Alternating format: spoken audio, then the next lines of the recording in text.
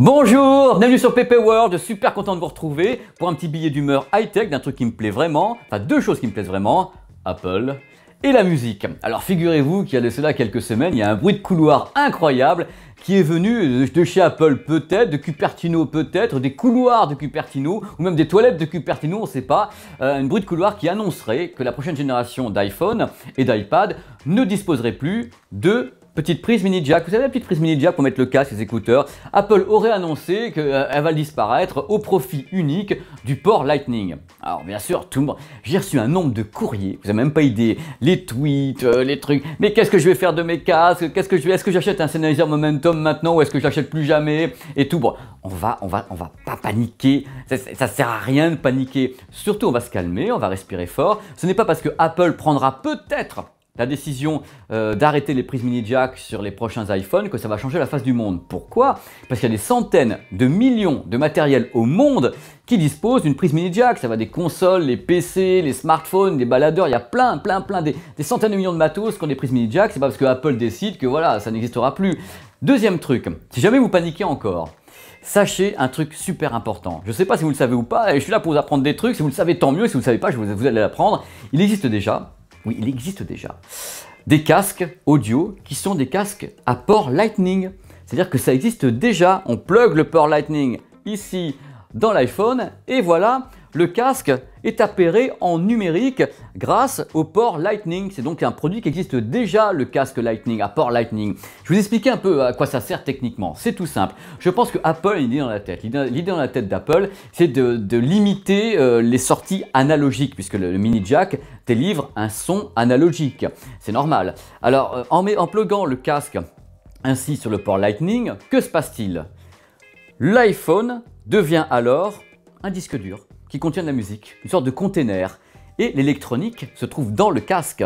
C'est ça qui est important, c'est que la liaison se fait numérique en numérique et le casque devient en quelque sorte la carte son de l'iPhone. Les avantages sont multiples. Avantage numéro 1 de chez 1, c'est qu'on transporte le son directement en numérique. Il n'y a pas de sortie analogique qui crachote et tout. C'est directement numérique à numérique. Donc si vous avez un fichier en MP3, il est directement transféré en MP3 dans le casque. Et c'est le casque lui-même qui va convertir le son de numérique à analogique et vous le diffusez. Si le fichier est en qualité CD, même chose, transfert en qualité CD pure vers le casque qui lui a l'électronique. C'est là-dedans que ça se passe. Et si vous avez un fichier en qualité 24 bits 48 kHz, parce que l'iPhone peut prendre le 24 bits 48 kHz, le casque est évidemment compatible car 24 bits 48 kHz. Donc si vous voulez quelque part, c'est pour créer une chaîne numérique unique que peut-être Apple pense à se libérer de la prise mini jack pour être en numérique complet avec des casques compatibles.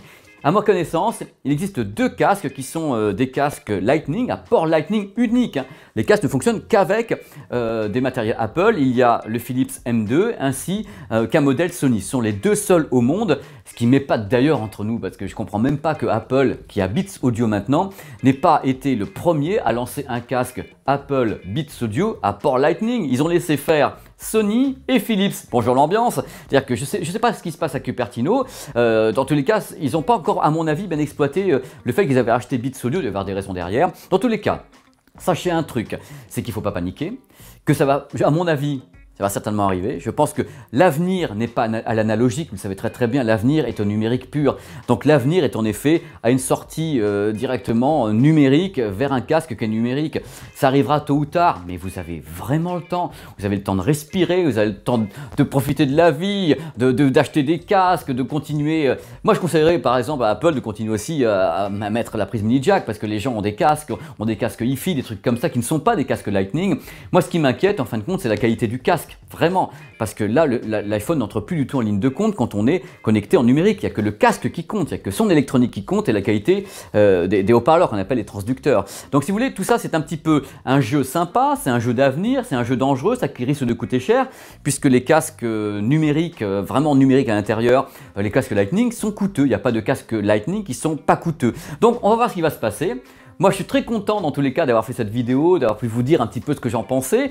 J'espère que les idées vous les partagez. Si vous ne les partagez pas, c'est pas un problème. Au contraire, il faut m'en parler parce qu'on est là pour discuter ensemble. Vous avez cette page ici qui vous permet un petit peu de discuter avec moi. Quand j'ai le temps, j'arrive et puis je parle avec vous. Donc c'était mon petit billet d'humeur sur l'arrivée probable, je pense probable, des iPhones maintenant en 2016 ou en 2017 sans prise mini jack avec un port Lightning et les casques qui vont avec. Pensez bien que si Apple sort plusieurs modèles avec uniquement la prise Lightning, il y aura beaucoup de casques qui arriveront avec le port Lightning et l'électronique à l'intérieur. Mais attention à la qualité de tout ça, il risque d'avoir des grosses surprises sur les casques, pas sur lui, sur les casques.